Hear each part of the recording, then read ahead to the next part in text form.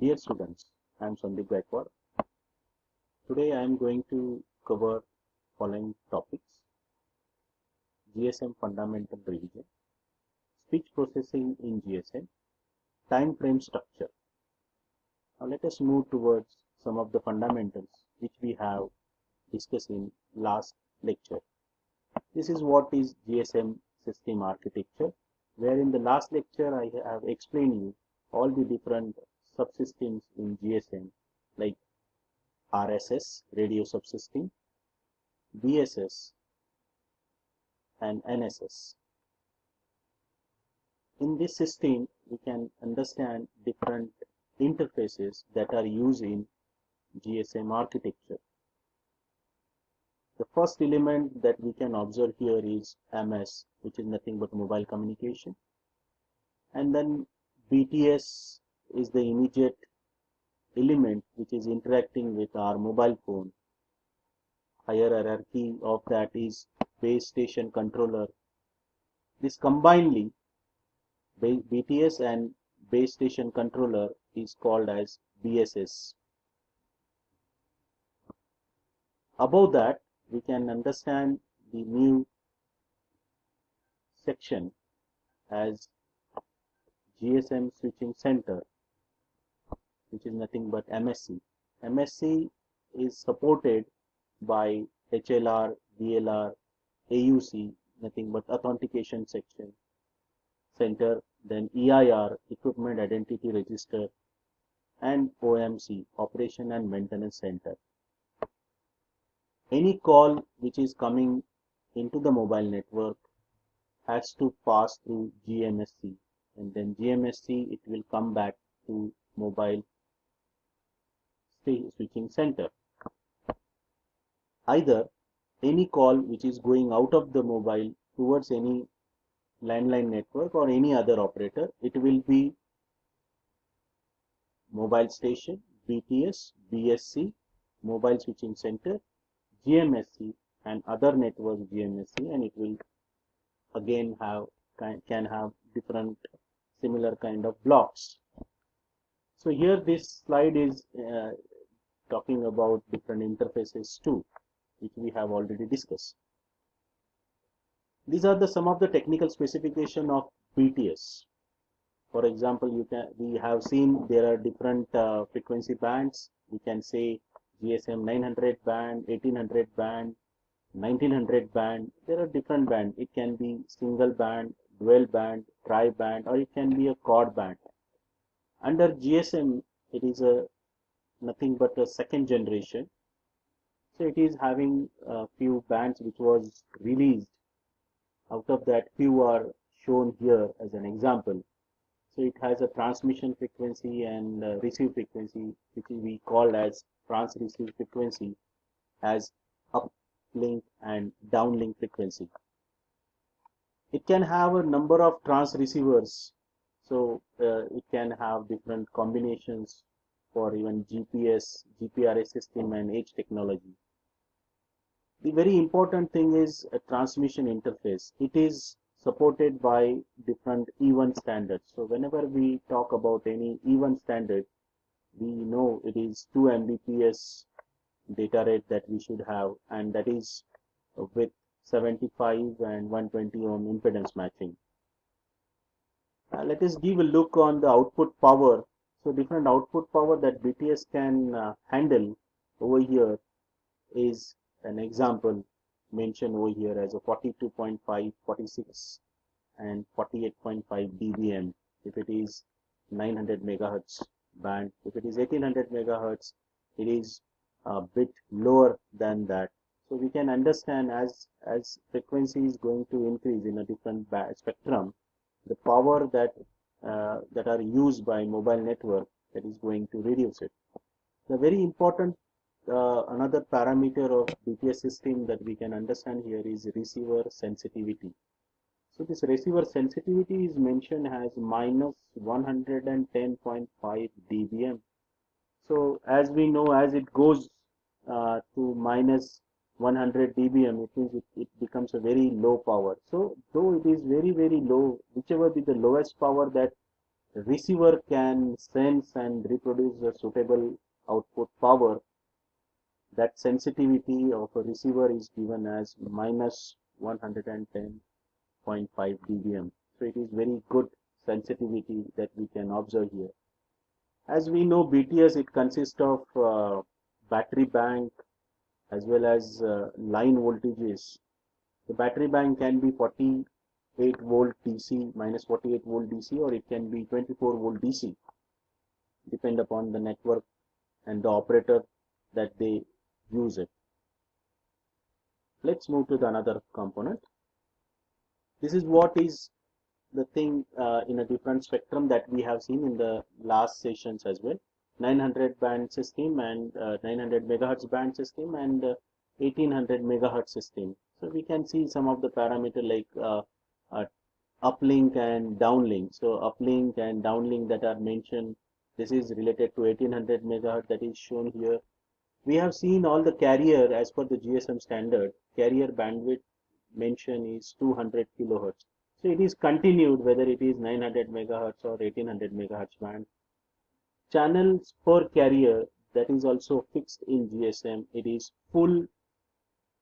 8 full rate channels. Here also you can see 8 full rate channels. It means it is saying in one frame 8 different subscriber can accommodate. So one carrier can be given to 8 different subscribers. That is what is the meaning of channels per carrier.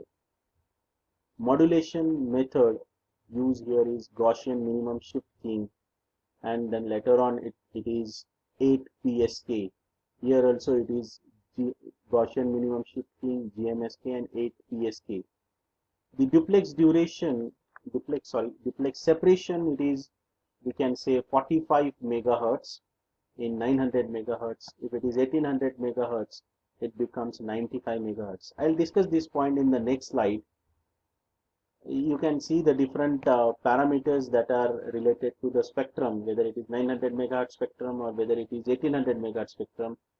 These things, these parameters that you can compare very easily. Let us move towards the duplex separation component. As it is mentioned here, this is for 900 megahertz. If we know the uplink and downlink frequency, which was mentioned on the last slide as well, it is having basically in a 900 megahertz, the total band, whether it is uplink or downlink, that is specified as 25 megahertz. Every spectrum band, the guard space or the band separation is 20 megahertz. So as it is uplink and the downlink, when I'm saying it is always in a pair, it means when the downlink offered is 935 megahertz, its uplink your mobile station going to choose is 890 megahertz. So it is always be in a pair. So if we try to understand this separation frequency, so if my downlink is 935, or rather I can say if the uplink is 890 megahertz, so 890 it is completely covering 25 megahertz plus this 20 megahertz guard band.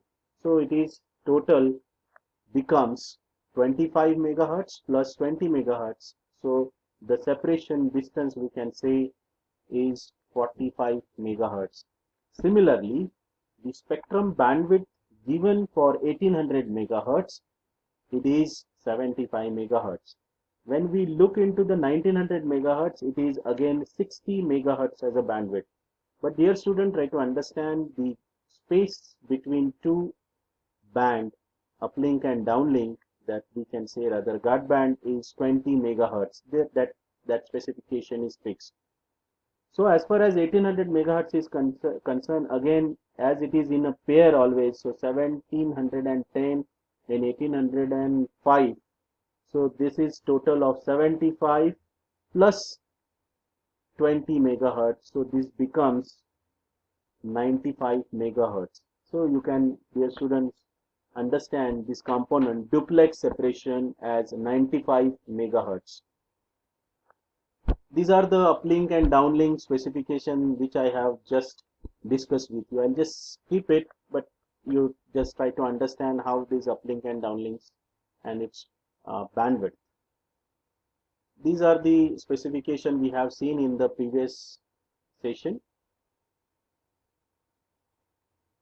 We have even discussed GSM services, so teleservices, bearer or data services, and supplementary services. These are the three different types of services comes under GSM.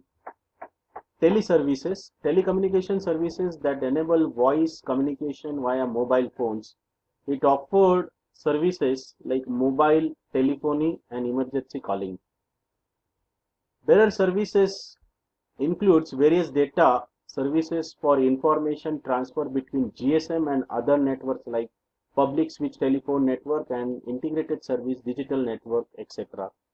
at rate from 300 to 9600 bits per second. There can be SMS services up to 160 character alphanumeric data transmission to and from the mobile network. Then it can be UMS and Unified Message Services. It can have a group fax service, voice mailbox and electronic mail.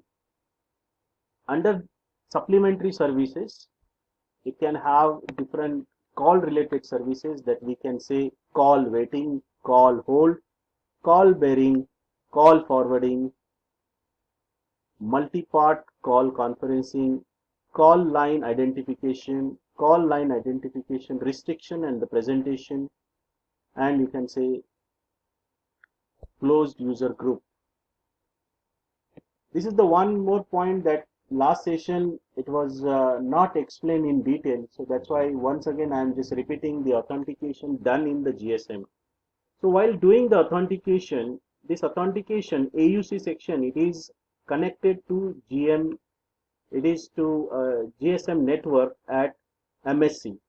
So MSC, every time whenever user are coming up as a new user, either off to on condition, it has to authenticate so that authorized user can enter into the network and all the network related information can be shared to the subscriber. For that, some algorithm is going to run into it.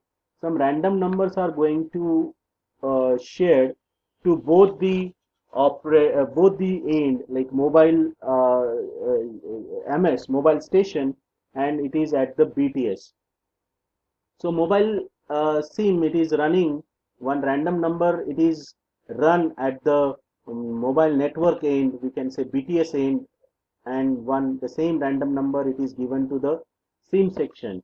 So it run that algorithm, there will be some calculation, and the calculation calculated at the SIM, either at the mobile station, that again transferred to the BTS, either you can say mobile network, and both the calculated answer at the mobile network and the mobile station, it verifies. If the answer is same, the user is authenticate user. So similar kind of things it is done, and that's why we most of the time observed whenever your mobile phone is from off to on condition, it will not immediately going to give you the data from your network to your SIM.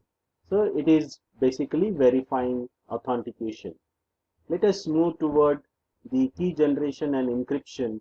So it is not like the data what we speak in the mobile phone, it as it is in the bits form it will transfer, but it has to be have certain encryption into the data so that security can provided into it. Let us move, dear friends, towards GSM TDMA structure, time division multiple access structure. The data whichever I am presenting here, this data we have already discussed. Few data is discussed in GSM fundamental. The very important fundamental specification of GSM is one single carrier that can be used between 8 different users, and 8 different user can be accommodated in one frame.